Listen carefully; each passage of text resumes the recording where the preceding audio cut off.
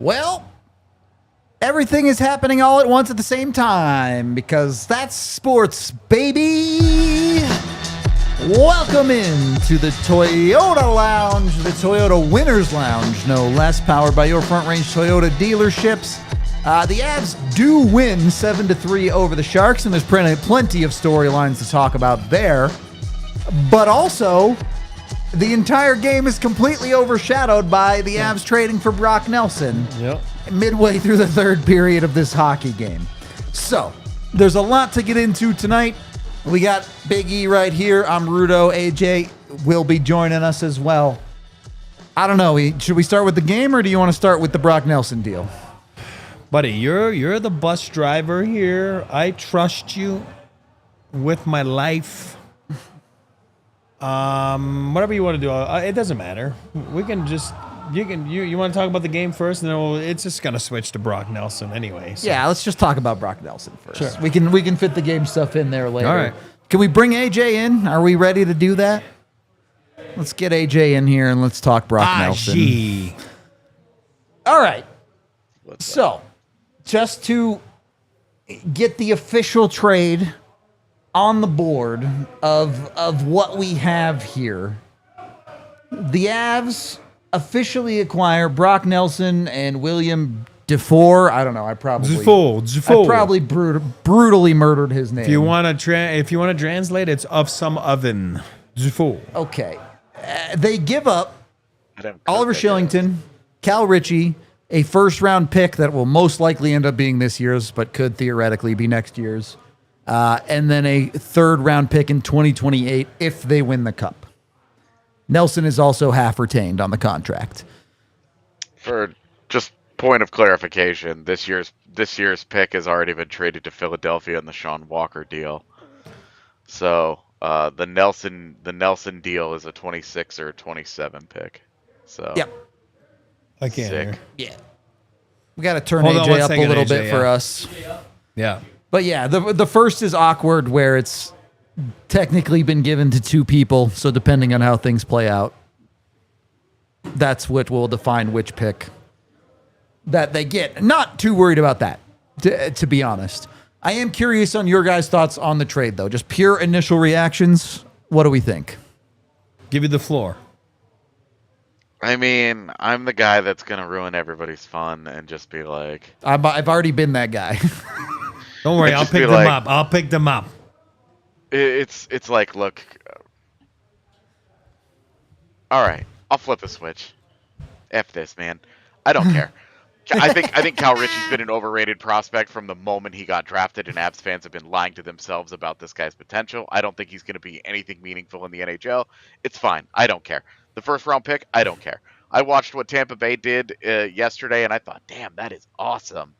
Now, that's for a rental and a guy that has term that'll be signed for next year, so that's great. But Brock Nelson absolutely rules. Like, Brock Nelson is the man. He is so good. That guy drives the crap out of some offense and he scores goals. And not for nothing, but that dude is going from having dog shit line mates to playing next to Val Nichushkin and Jonathan Duran or Martin Necas or Turi Lehkonen, or, you know, I don't know. I don't know where he's going to go because I don't know where Casey Middlestat is getting traded to tomorrow. I don't think Middlestat stays. It's been a very busy day. I don't think Middlestat stays. If he does, that's great center depth. Damn, that would be awesome. But Middlestat now becomes a really odd man out in your whole configuration here, and that I think is a piece of this. We'll leave that for tomorrow. We have like 6 hours of airtime to go through tomorrow. Yeah. But for tonight, Brock Nelson dominates in rush chances in particular. I don't know if you guys know this, but Colorado, a really good Rush team? rush Yeah, it hockey turns team.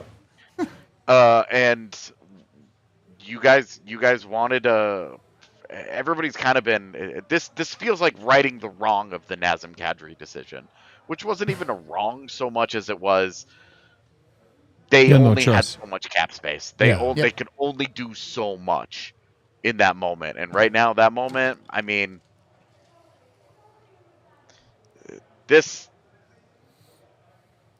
I will worry about Brock Nelson's contract situation in the summer, and if it goes really well and whatever, right? Sure. I understand that is going to greatly shade how people react to this deal. It's fine. It's fine. For right now, the next part of this, it is all about, is Brock Nelson going to help them win a championship? Yep. The defense is too thin. Oliver Shillington hadn't been great. His game hadn't ever really rounded into form in Colorado. But right now, you look at Brock Nelson as a bona fide, legit 30-goal scoring monster behind Nathan MacKinnon, and you feel very differently about 12-goal scoring monster Casey Middlestad. So that, I think, is a meaningful it's a meaningful thing. But I cannot stress enough. People are going to look at his stats and they're going to be, but he's hasn't scored as much. He hasn't done this. He hasn't done that. The quality of line mates is about to change for Brock Nelson drastically. Okay, his two most common line mates, Kyle Palmieri, like solid player, good player.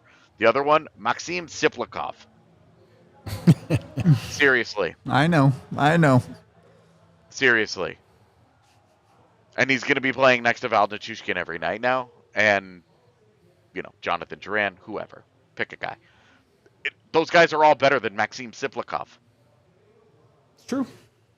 Just saying. Like, this is the good stuff. This is the good stuff. I'm doing all my Brock Nelson stuff right now. I'm also trying to write about the game, which...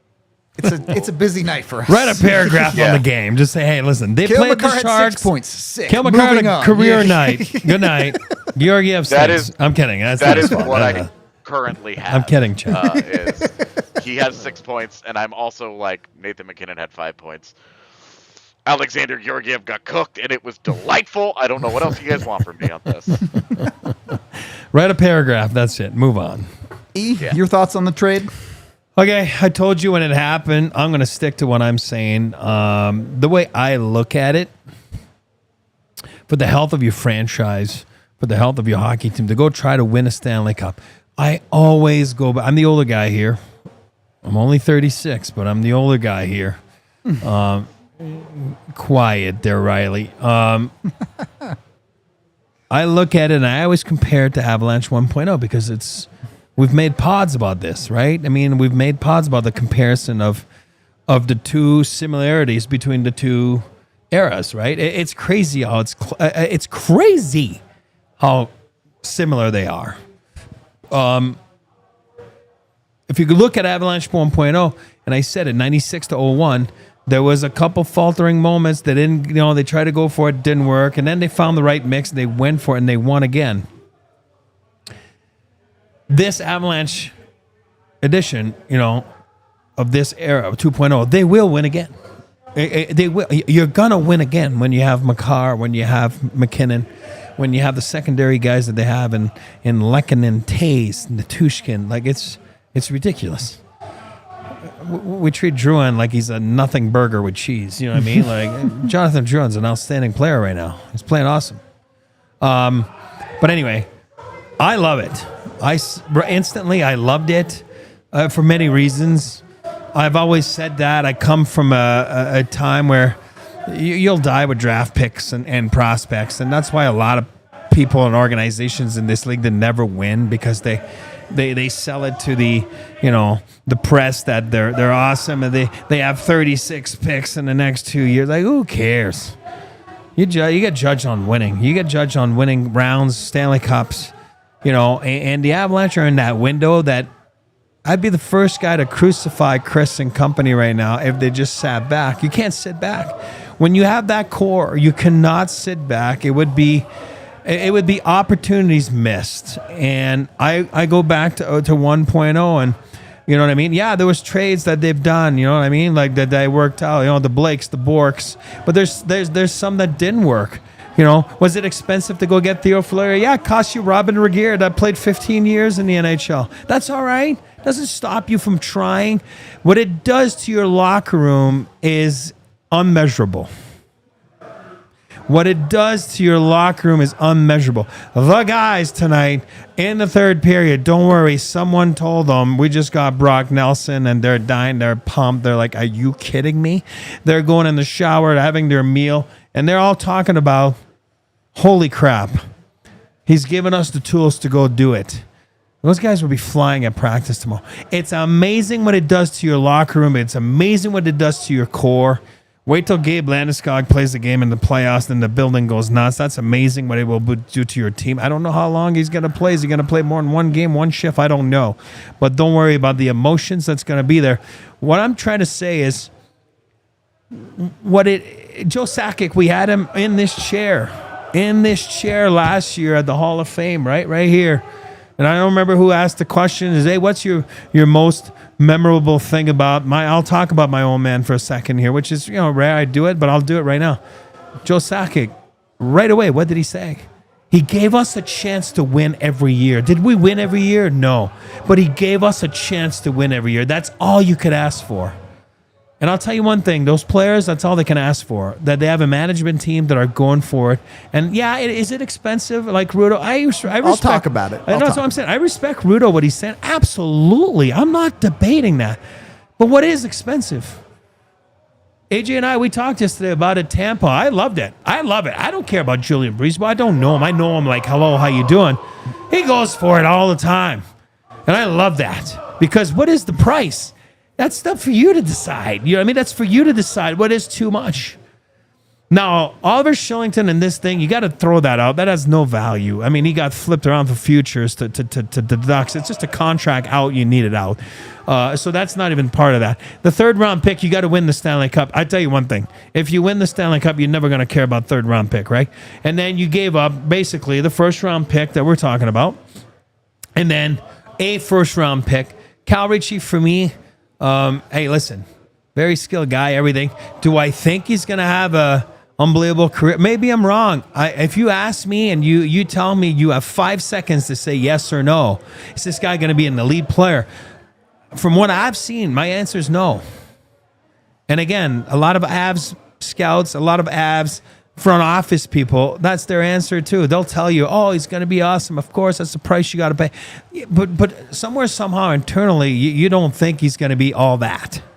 So when you look at it that way, and then you go get, again, that Dufour guy, who knows? This is some guy that they like in the minors. Their pro scouts like him, and he's a big right shot that scored 50-some goals in juniors and, in the Q back then. And who knows what they think they can make of him. I don't know. But the deal is like, what is the price? What is expensive? It's 2 first-round picks, basically, because Richie was. Sure. For a rental, maybe. I don't know. Maybe they'll sign him. We don't know that. But what it does, the injection of life that it does to your locker room, and I agree with AJ. I don't think they're done. And yeah, Dallas, is it? No, the me guy. Everyone's going to gear up right now, too. Everyone's trying to gear up to try to get out of the West. The West is a beast. We all know that. Compared to the East, in my book, that's my book. But I love it. I love that you're going for it. I love that you're trying. And you cannot sit and watch the train go by when you are in the situation the Avalanche are in. But is it expensive? Do I make fun of Rudo for saying expensive? No, absolutely not. He's right. It is expensive. But what is expensive to you when you're trying to win? Time will tell. I want to get into the other side of it. I want to get into the whole conversation. First, we do have to pay some bills, though. I don't know. Maybe I view this as the Avs bought a little bit of a lottery ticket. Or maybe it's the opposite of a lottery ticket. Maybe they sold some lottery tickets. I don't know either way. What I do know is we are sponsored by the Colorado Lottery. You can go get with Colorado. You can get their limited edition $5 Denver Nuggets scratch game right now. A top prize of $50,000 and 25 prizes of $5,280. Living up to that mile high moniker right there. So you can get in with the Colorado Lottery today. Of course, their connection with the Nuggets and the Mile High basketball is providing a high number of high-value winning experiences. It's perfect if you're a Nuggets fan or a fan of scratchers. Either way, you can get them right now, available today through the Colorado Lottery. So jump in, have some fun with that. You know, maybe gamble a little bit. McFarland might be gambling a little bit today. You can gamble a little bit today, too, with the Colorado Lottery. Again, jump in with them. Do more than just scratch the surface. Go win yourself some fun money with the Colorado Lottery and the Nuggets $5 scratch tickets. Once you've won yourself a little bit of money, make sure you're also taking care of yourself, keeping clean, all right? Look, Brock Nelson's about to have a busy night, right? Might miss that shower. Might be a long day. That's where Mando comes into play, all right? You got your Mando deodorant to keep you clean, whether it's your butt, your balls, your butt crack, your grundles. They got you covered. No matter what it is, Mando will keep you clean and smelling fresh, which a bunch of great scents for men. And you can get their starter pack today, and you can get $5 off and free shipping with code DNVR. So make sure you're getting over with Mando, staying clean. That starter pack comes with 2 deodorants, 1 stick, 1 cream, and then 2 products of your choice, varying from a wide range that you can choose from. So get with Mando today. Of course, jump over there. Remember to use that DNVR code and let them know we sent you over there at shopmando.com. That's SHOPMANDO.com with that DNVR code to get $5 off that starter pack with Mando. Second period of the DNVR Avalanche podcast. I guess I'll be a little bit of the downer to start off. And I don't think I'm as down on it as some people think. Does Brock Nelson make the Avs better today? Yes, full stop. The Avs are significantly better. They're probably a contender with him on the lineup. No arguments there. The price is a lot. That price is a lot. And people know I'm not the hugest fan of Ritchie. That does not change Cal Ritchie's value. He is a high value prospect. There are people that are putting Cal Ritchie in the top 10 prospects not in the NHL this year. Well, those people might not work in the NHL either when they're because if he was that high of a value, you would have gotten like 52 Sidney Crosby's for him. So he's not that high value. People watch, you know what I mean? So I know what you're saying, but he's not a top 10 player outside. I don't think Ritchie is that level. He's not a top 10 guy outside. But that does not change that Cal Ritchie's value isn't high. Well, if it was that high, you would get like unbelievable players for him. And then you gave up another first on top of that in this deal. That is an expensive price. When you are paying those type of prices, my problem is not what you gave up. I have no problem with the Avs giving up Cal Ritchie and a first. My problem is, did you get enough value from it? And look, I don't actually feel that bad about it. I think the Avs probably overpaid here, but if they won a cup, who cares? They underpay. If it was 100 first-round picks, if you win the cup, they underpaid. Results are what will ultimately decide that price. Today, it feels expensive to me. And that... does that matter? We'll see. It's the top prospect in your system right now, and it's a first round pick. So now you're looking at 2 consecutive years, 25 and 26, where you won't have first round picks. So how are you replenishing picks? Yeah, I get that. I get that. But then dig deep. It is expensive. Deep. There's no getting away around the fact that it's expensive, but is it worth it? And I think those are different conversations. Yes. Because for me, yeah, sure. Would I have loved to have rather just given up the first round pick and then the conditional third? Yeah, that'd be great. I don't know why this team hates third round picks so much. They're already dipping into their 2028 picks. That's crazy. But fine. It's fine. You and I have never been Ritchie guys. Nothing that he did in his brief NHL stint earlier this year won us over. Nothing that he did at WGCs won us over. For me, I'm like, hey, look, they moved on from Cal Ritchie before he became Oscar Olesen. Great. I'm good with this, man. We know that Brock Nelson can play in the NHL. The question is, how much longer, right? Right. If he turned down a 3-year deal from the Islanders, he's not going to take one from the Avs. Right. So, again, you have to. You're looking at a 4 or 5 year deal. Okay, great. I don't care. The point is to win a Stanley Cup this year. Yep. Okay, go and do that, and then, just hypothetically, if they turn around and flip Casey Middlestat for Ryan O'Reilly tomorrow, your window has a real longevity problem. For sure. But if you win now, who gives a shit? Yeah. You win a second cup, I mean,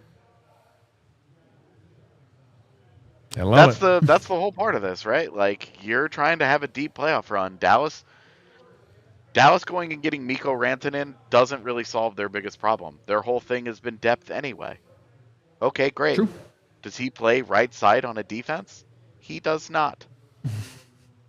Their If defense you is look still at a the problem. 3 teams in the Central Division that you take seriously as contenders this year, Colorado, Dallas, and Winnipeg, Yep. they each have clear-cut needs. And so far, only one of those teams has actually addressed the need. And that's Colorado with replacing Casey Middlestat with Brock Nelson. Yep.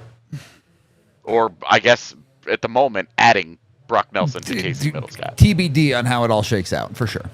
But TVD for sure. But the point you're getting you're at... looking at Dallas. Dallas has not gone out and addressed their defense. Yep. Which, to me, is their biggest weakness right now. Agree. And Winnipeg doesn't have a second-line center, and they're watching all the teams around them get better. I don't think Ryan's going to Winnipeg. No offense. I'm just saying. I'll be mad at him. I'll call him and just punch him. It's... The point I'm getting at here is... the Avs are all in. The Avs are all in on Brock Nelson right now. And that conversation can change, like you said, AJ, when you get in the offseason, you have whatever. Today, the Avs are all in on winning a cup now. And I don't have a problem with that. But when you go all in, you need to play like you're all in. If the Avs go out and win the cup, it's a great trade. Chris McFarland's a legend. This year is absurd, the amount of trades he did to help the Avs get to where they need to make it. If the Avs fall short, those prices are going to look pretty heavy. I got a quote for you. What would you attempt to do if you knew you could not fail? It's life, man. You try things, and that's why I love the front office this year. I love what they've done. I love what they're doing. I don't think they're even done. You got to find the right ingredients, right? You got the recipe. You got to find the right ingredients. The main ingredient, the main meat or whatever, you have, right? Kale, mac, obviously the goaltending. How do you build the team? Goaltending, center depth, obviously starting to look really strong. It could change even by tomorrow. Your back end is a solid top 4 there. You added Lindgren to add a little bit more to it. Are they going to add more by tomorrow? Maybe. Who knows? I love it. I absolutely love it. And I understand what people are saying. I understand the view of people when they say, yeah, but what about this? What about that? But boy, oh boy, again, when you're trying to go for it, what is the price? What is too much? Obviously, they didn't feel it was too much. That's why they did it. I love that they're not sitting there looking at the train go by and going like, oh, yeah, the train went by. Oh, God. Cool they're jumping train. on the train. You know what I mean? And I love it. It reminds me a lot, like I said, I'm biased. And again, it's rare I talk about my own man, like I told you guys. But for me, any player that I've talked to from that era, any player that I talk to this day, it's always like, man, oh man, he gave us a chance. And too many times in this league, there's guys that don't give you a chance, to win because they sit back and they're scared. And they're scared of like, what's the first round pick? What's the second round pick? Oh my Lord. Like, go for it, figure it out, believe and trust in your abilities of your staff, your abilities of your core, and the injection of power you can give them like you gave them tonight. Those guys are pumped. McKinnon's going home tonight. He's pumped. Makar's going home. He's like, did I really get 6 points tonight? Oh, I did. Holy crap. That's awesome. But hey, we got an injection of life in our blood, in our lineup. And oh boy, it's amazing what it does to a locker room. I've lived it. I've seen it. Is it going to work? I don't know. We'll see. Time will tell. Yep. You know what I mean? But for me, there's no price for that when you're trying and you give them the most of their capabilities to go and add. I mean, they didn't mess around this year. Goaltending, you saw it on the other side tonight. I'm not blaming him. Wasn't his fault. He just doesn't make saves. You know what? What they do, they addressed it on the fly. This year has been amazing through all the injuries, through all the things that they've steered, they've hit. It's amazing to see what they're doing. I don't want a job with the Avalanche. I've worked for the Avalanche for years. The Avalanche is my family. I'm not looking for a job. I'm not trying to kiss up to Joe and C-Mac at all. This is what I feel. This is what I love. And when they act like this, I absolutely love even them more. You know what I mean? I do. It just gets my juices flowing. I don't play anymore, thank God. I mean, I'd be sent down to Loveland for sure. I'd probably to Salt Lake in the ECHL. But I'll tell you one thing. I love what they're doing right now, and I'm so pumped to see where this is going to lead to. Okay. First of all, you guys already have us over 100 likes, so let's do our winner shots here. We appreciate you all hanging out, having this conversation with us. Cheers, chat. It's always fun when chaos happens. Love it.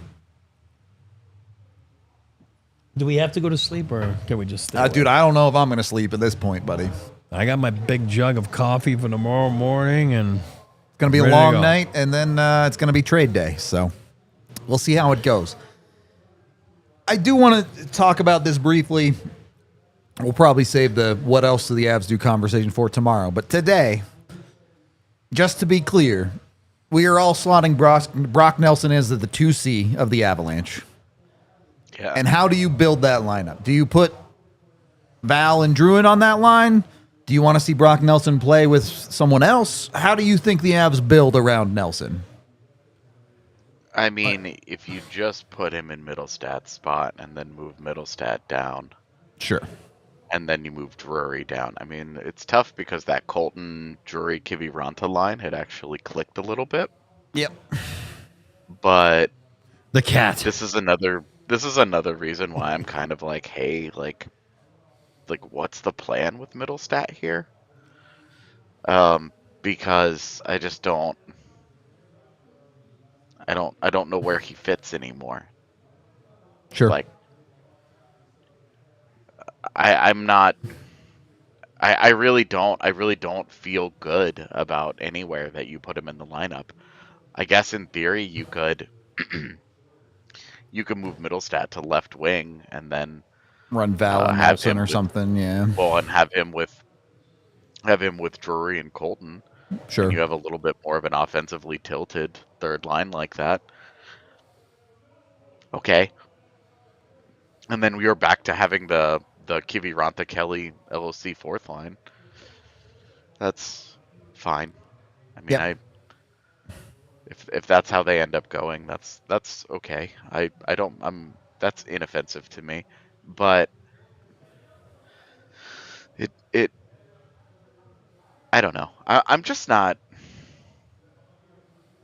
I guess I'm not going to roster bait too much on it because I just don't think Middlestat stays. Sure. Well, here's what I'm going to say because maybe that'll make more sense, and it's kind of goes in what you're saying.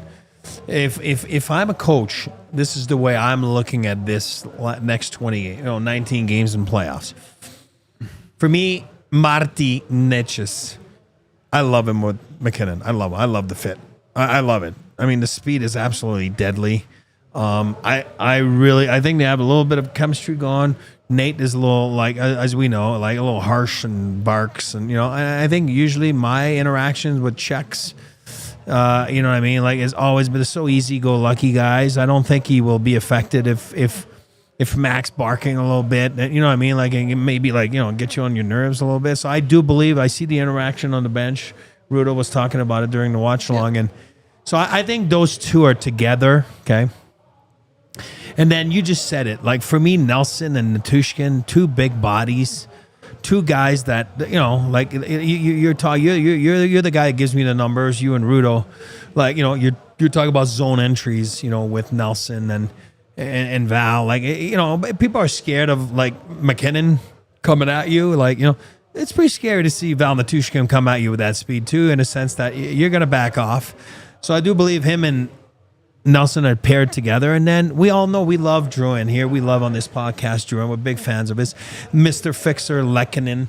You know what I mean? So you can figure out all those guys, you know, the way it's going to work out. But if you keep them as twosomes, you know what I mean? Like Nelson and Natushkin, Netchis and McKinnon, and then you figure out the rest. That's the way I'm looking at it. And then, of course, Casey, who knows, and whatever.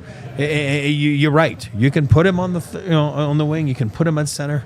I think time will tell. We'll wait till, you're right, roster baiting until, after 1 o'clock tomorrow.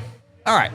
We do got to pay a few more bills here for you, so let's jump over and do that quickly, as this podcast is presented by Breckenridge Brewery, the official craft beer of DNVR. You can jump in with Breck Brew today. First of all, if you come to the bar during an Avs game, you get $2 off an Avalanche, so do that. But also available in all 50 United States. You can find it online at breckbrew.com. Use their local beer locator there to find it at a liquor store near you.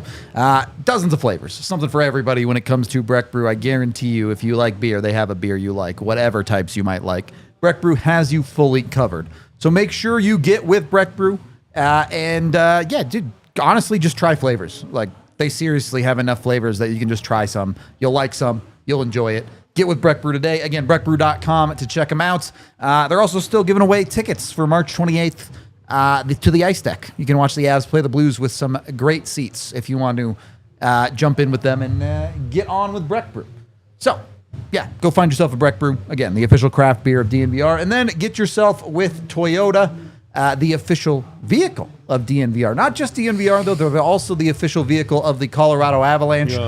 Yeah. Get with them. They have tons of different vehicles. Just like Breck Brew is a beer for everybody, Toyota is a vehicle for everybody. 17 different all-wheel drive vehicles, 16 different hybrid vehicles. They've got trucks like the Tundra. They've got SUVs like the 4Runner. They've got sedans like the Corolla. Whatever it might be, Toyota has you covered. Jump in with them. Make sure you're getting to your front-range Toyota dealerships for the official vehicle of not just us here at DNVR, but the Colorado Avalanche. Of course, those front-range dealers include AutoNation Toyota, Rapidan, Centennial, Corwin Toyota in Boulder, Groove Toyota in Littleton, Mount State Toyota in Denver, Stevenson Toyota East in Aurora, and Stevenson Toyota West in Lakewood. Again, Toyota is the official vehicle of DNVR. Toyota, let's go places. Okay, I want to jump into the 3 stars of the night, and they're relevant to the conversations that we've been having so far, because I only put one player that played in this hockey game into our 3 stars. Makar. Star number 3 of the night is Brock Nelson. Let's be honest. Maybe Brock Nelson should be the first star. Nelson is maybe the most important thing. Certainly in the news cycle, he's the most important thing that has happened tonight. And he's here because of the second star, as you just saw right there, in Chris McFarland. Which, again, you feel however you want about McFarland. You cannot deny that dude has put in the work this year. Freaking love it. This is the 7th trade, if you include preseason, the 7th trade of the season that Chris McFarland has made. Done absolute work to get to the Avs to this position, which, I mean, let me ask you guys this. Today, regardless of what happens tomorrow with Middlestad or whatever other moves the Avs make, do you guys think the Avs are a contender at 11:20 p.m. Mountain Time, March 6th? What do the Stars give up for Mikko? Yeah, I mean, I think so, man. They need another defenseman, and they could really use another wing. But yeah, man. I mean, they're really good as of right now. Right now in this very moment, their center depth is Nathan McKinnon, Brock Nelson, Casey Middlestad, Jack Drury. That's nasty. Yep, it's nasty, man. I love the work that Chris has put in. Like I said, I admire Chris. Hey, listen, there's 32 seats like that in the world. It's a crazy job. We all play, right? We all play GMs, like with our Xboxes or here and everything. I'll tell you one thing, and I've seen it firsthand, obviously. It's a tough job. It's a pressure job.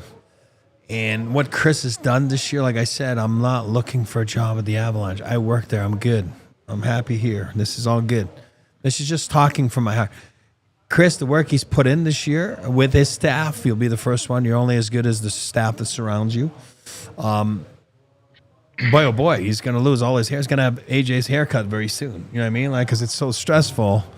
He's starting to look like AJ. He's losing his hair, and I love him for saying that because I'm so proud of him. I am, and I think it's awesome that they're going for it. We see the quotes from McKinnon, everybody, like, you know, pumped about the deal, pumped about everything. Again, I'm going to keep stressing this. It's unmeasurable, the boost that it gives a team when you make a deal like this. Yes, it's expensive future-wise. We all know guys don't give a crap about future. Coaches don't give a crap about future. The guys that are there, that's what they want. They want to see it, and it gives them the chance to frickin' perform tomorrow. I'll tell you one thing. They have a day off tomorrow, so they're not going to be flying tomorrow. You know what I mean? Yep. But they're going to be rejuvenated. I mean, not that they've won 4 in a row. They've won 4 in a row. I know tonight it was a gimme a little bit, but they'll be flying. And I know this is what we're talking about, but our first star is actually someone who played in this hockey game, who, by the way, not that anyone cares, but just set the most points in a game for an Avalanche defenseman ever. Cale Makar with a 6-point night.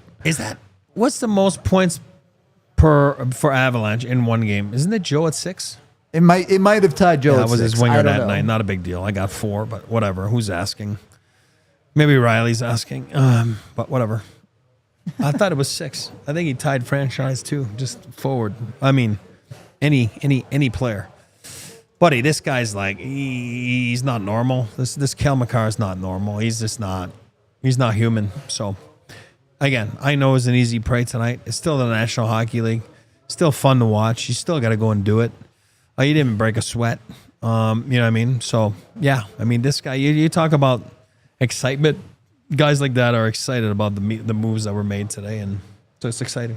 He joins Peter Forsberg, who did it twice, 6. Milan Hajduk, and Joe Sakic as the only Avs to score 6 points in a game. I know. That's what I'm telling you. Again, we talk about my hat trick all the time. I got second star. Couldn't even get first star because Joe had 6 assists that night.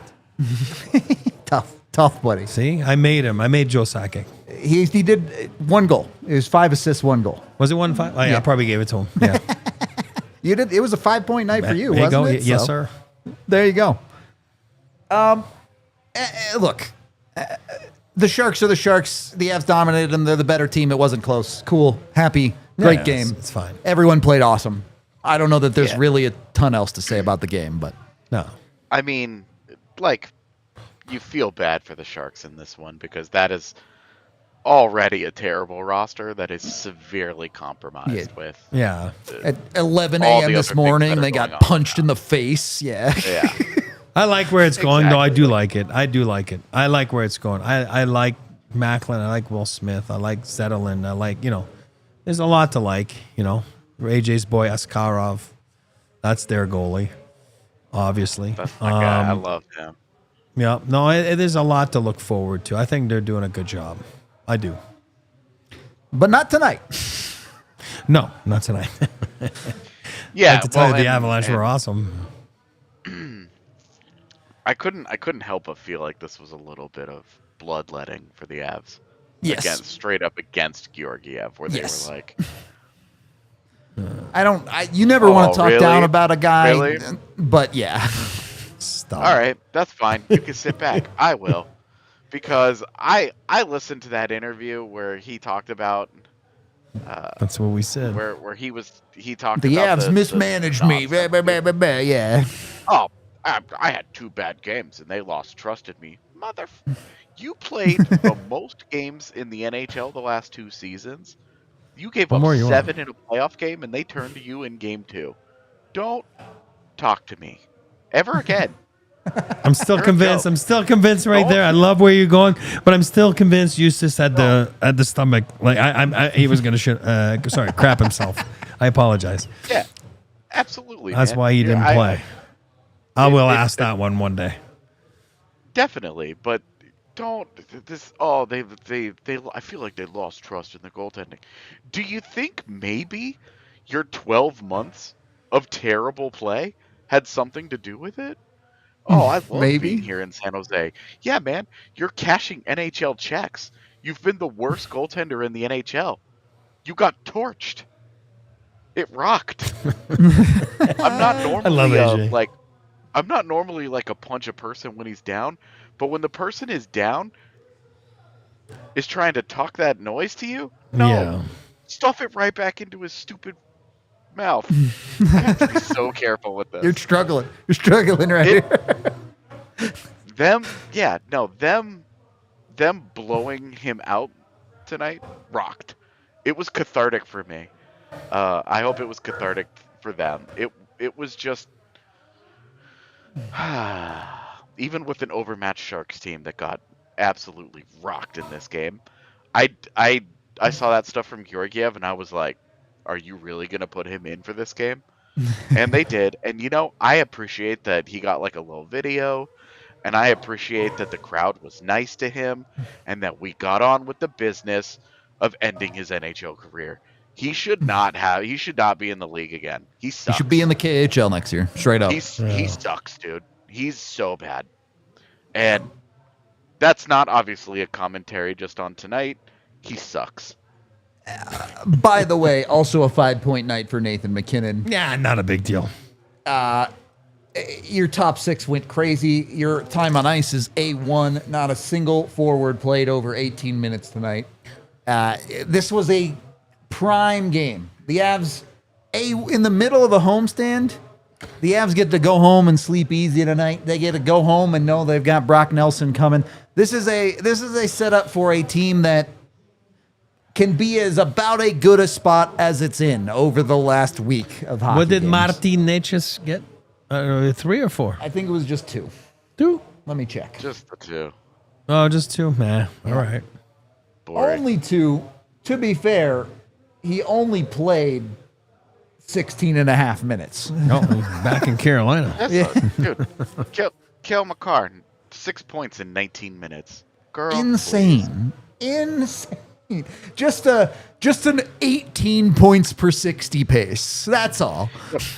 McKinnon had 5 points in 18 minutes. All he needed was the extra minute, and he could have tied Kale with 6. Bum. Send him packing. This is where you and I take him on the ice time, and then we're like, are you kidding me? Are you kidding me? Doesn't play enough. A couple things. 1, we're almost at 200 likes, chat. I'd love to do another shot. That would be fun. 2, AJ, I know you have to get writing. If you want to get out of here, we're going to play Bednar's Presser in a minute here, so appreciate your thoughts. Good. I'll see you guys for the stream tomorrow. Hold on, I learned a new way how to do it. Like, Riley just said he gone. Yeah.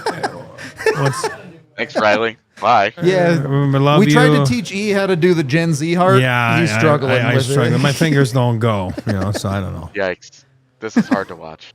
I'm leaving. Anyway, we're going to let AJ get out of here. We're going to show you Jared Bednar's thoughts on not just the game, but the Brock Nelson trade. He had a lot to say. So let's hear from Bedsy.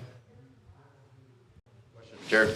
Yeah, I want to hear him too. Can we hear him? How did you find out about the trade? Can you keep that in? Just initial hear it? impressions, obviously. It's- Yeah, well, the guys told, C-Mac and the guys told me when we got off the ice. So, Liar. I think it's a huge Liar.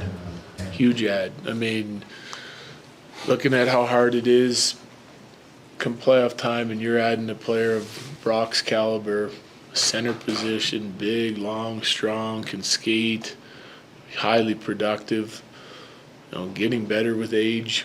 I think he's always been a trusted 200-foot player, and if you look at his history, I mean, he's scoring 30-plus goals most years too. So, I mean, it's to get a player of that caliber is hard to do, and I think it's an amazing ad for a team. You guys have, when you added Jack Drury, you have 4 centers, but did getting a bigger one, was that like a priority? Well, I mean, you're looking to improve your team, and like that's an area where I think we can improve our team with, and especially if you add a guy like Brock, right? And the size only helps in the playoffs. Yeah, and not only is he big, but he can skate too. After a game like the Penguins game, obviously weren't happy, but you come out with a win a little happier after a game like this. Yeah, I thought we were dialed in and focused, and on our toes right from the start of the game. Like, we had really good hunger. I loved our first period. I mean, we got in penalty trouble, but like our 5-on-5 play in the first period was outstanding, and I thought we could have even had a bigger lead, and we followed it up in the second and got a little bit more discipline, and special teams were good too. You know, like I like their penalty kill. I know they got got a few opportunities, and the power play continues to roll on this homestand.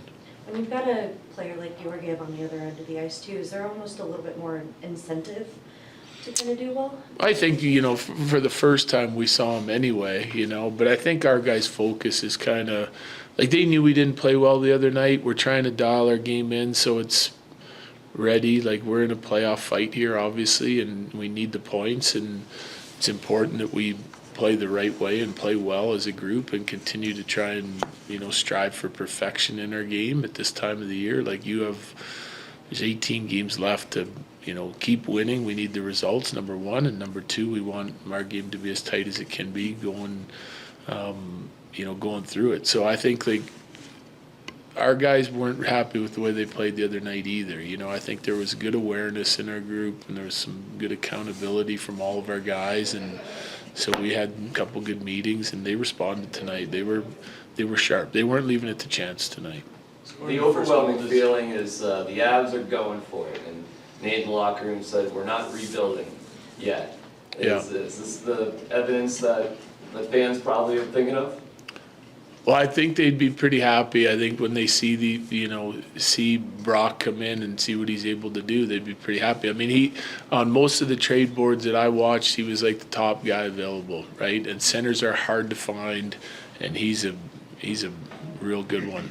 And I never ever heard that we were in rebuild mode, so it's good to see. I think C-Mac and his staff are giving us, you know, all the pieces that we need to try and get something done, and so I think everyone will be excited about it.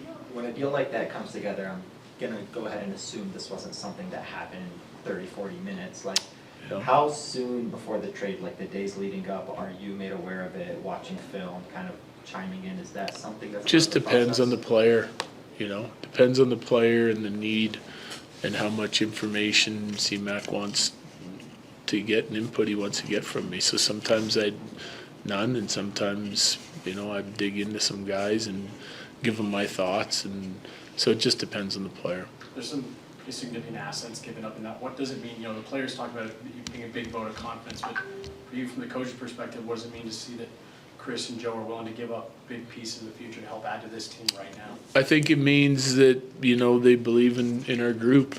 You know, now the responsibility, I guess, really doesn't change. It's on us to go and play well. Like we talked about this, you know, a few weeks ago. I think someone asked me, like, number one, you have to be playing well enough that they can identify, like, hey, here's some of the pieces that we think we need, so they can target the right players. And you have to be playing well enough that they think you can go beat whoever it is that we're playing round 1, 2, 3, 4. You know, so you're kind of comparing your team against everyone, especially in your conference, to start out, and thinking of some of the challenges, like whether it's, you know, we get in and we play in Vegas, Dallas, Winnipeg, whoever it is, and there's some challenges with all those teams. So that's why I think a guy like Brock can really help us down the street if we get a spot, and I think he can help us in the playoffs. He's a really good player. I mean, obviously, like, only the best players in the world are going to play for their country, and he's played for, you know, USA forever, and he's still going back, and he had a heck of a Four Nations tournament, and again, he's having a great season with the Islanders. Last few ones, please. 6 points Go ahead. from Makar. Just what's going through your mind when you're watching a performance from him and 5 from Nate? Felt like they couldn't miss those guys tonight, you know. So real good work ethic and competitiveness from those guys. You know, I think it always starts there. If you're going to have a good night, and their skill took over, like we were getting a little bit of time in the offensive zone, and that they made good decisions and they finished to the net. They weren't afraid to shoot it. I mean, if you look at Kale's goals, I mean, the last goal especially, like, and then Max coming downhill on the rebound, like, we're still continued to shoot the puck, finish to the net. We lucky on both of them, I think, net front, getting the screen. And so doing the right things that we talk about that you need to do in order to help create offense. I thought we were all over it from the start of the game tonight. Megan. The back end gets a little bit of a different look with Manson back end, Middleton back end, and with Lindgren. That's a lot of physicality, defensive-minded defensemen in the lineup. Yeah. How did you think it came together? I like those guys tonight. I thought we defended hard. Like, I don't know if we gave up there was lots of special teams in the first period, but I'm not sure we gave up a 5-on-5 scoring chance against in the first period, and only 2 or 3 probably in the second period, and then third is what it is. It's kind of games out of reach, so we kind of softened up a little bit. So I think whenever, it doesn't matter who you're playing, to hold a team and suppress scoring chances like that, 5-on-5 is not easy to do, and I thought those guys did a great job tonight. Thanks, sir. Yeah, thank you. Just for planning purposes, guys, we'll have one. Look, I think AJ, you, me, I think we all agree there's probably still another move to come tomorrow. Yep. But at the end of the day, this was always the plan, right? Not Brock Nelson necessarily, whatever. But you don't go out and trade for 2 goalies. You don't go move assets to get the right pieces to not go all in when it's crunch time. This is the culmination of a season where the Avs have moved and shaked and tried to put themselves in a position to win now.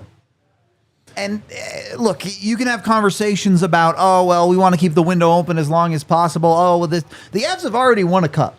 This is trying to get cup number 2. If you want more than 2 cups, you're being greedy. 2 cups is greedy. If they pull this off, if they win another cup, they're cemented as legendary, right? How many franchise eras can say they've won 2 cups?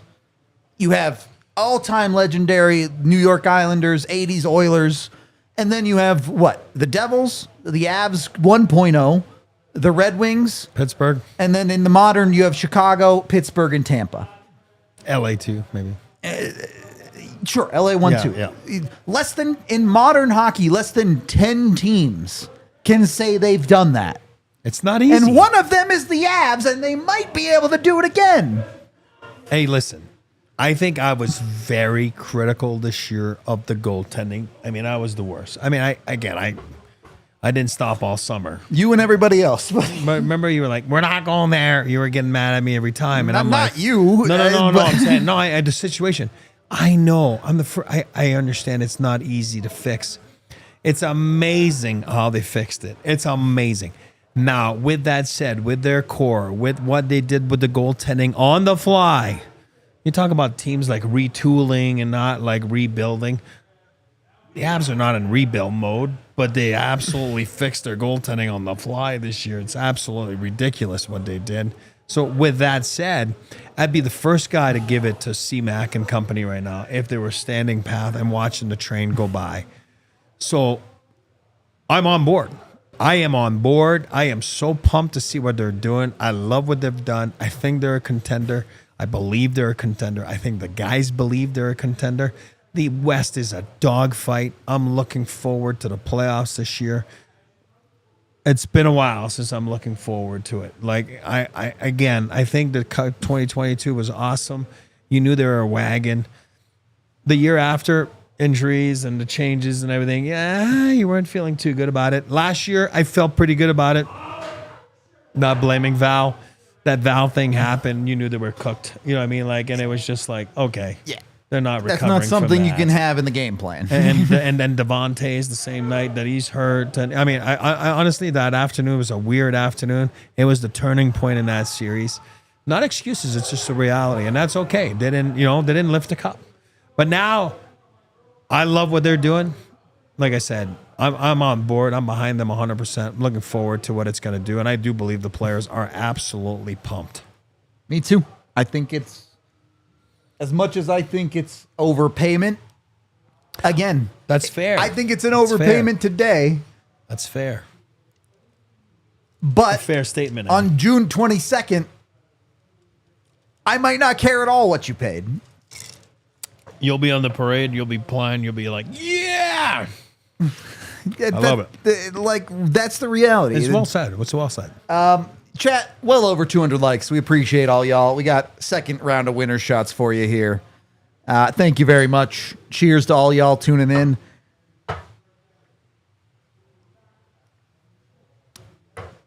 A couple of things here to get to. Number one, tomorrow, we're going live at 10 a.m. Mountain. We're going to be live all day discussing the trade deadline, hanging out, deadline and chill style. We will have our normal pod at the end of the day to talk about what the Avs did and what happened around the league. Number two, if you're staying up tonight because you can't sleep or you're up early in the morning before we go live, our What Chaos show is live 24 hours straight as they do for the trade deadline. So you can tune into them as soon as we go off air here. Go check them out. Hang with us for the deadline, see what else the Avs do. We'll have tons of conversations. I know we alluded to it on the show, but we'll talk about what else the Avs might be looking at, what they could do to get another piece. Who's to say that they're done? I don't think they're done. Next up, we do have a couple of super chats to get to.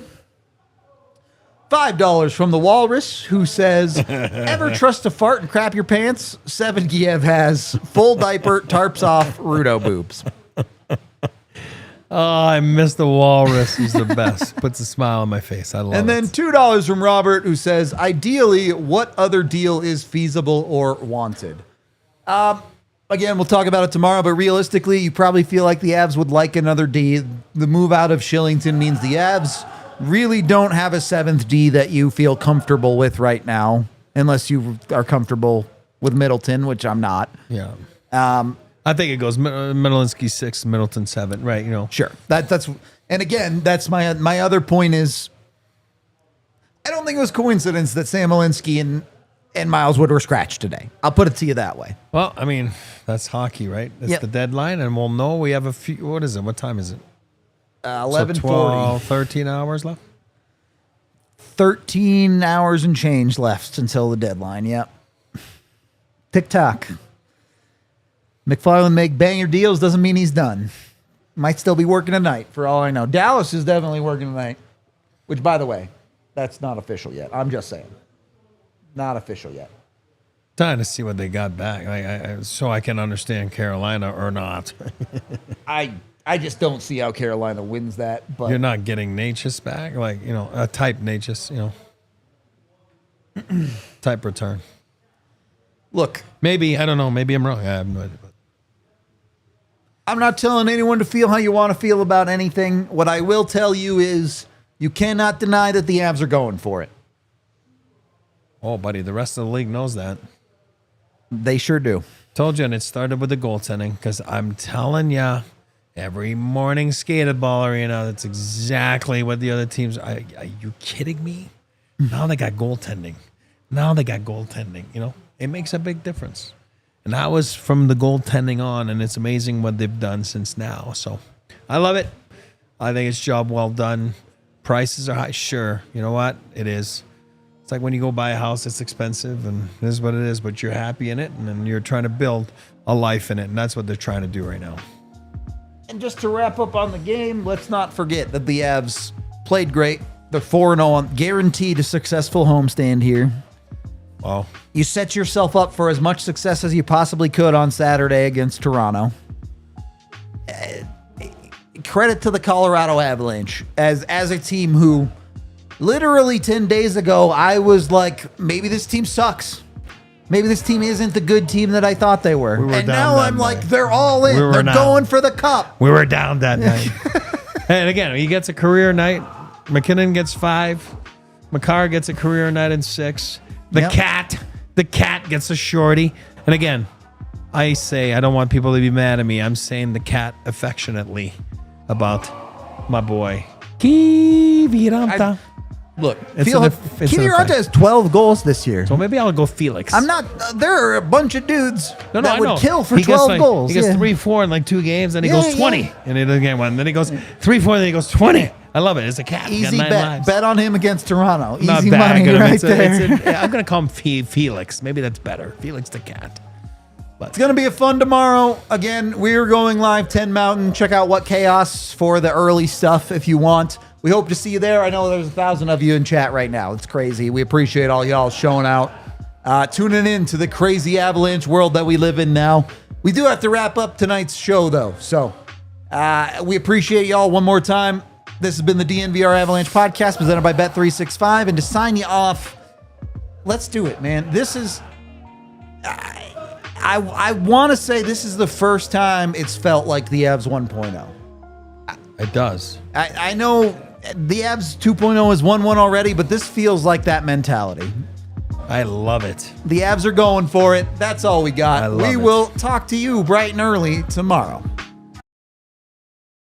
We all silly like the mayor.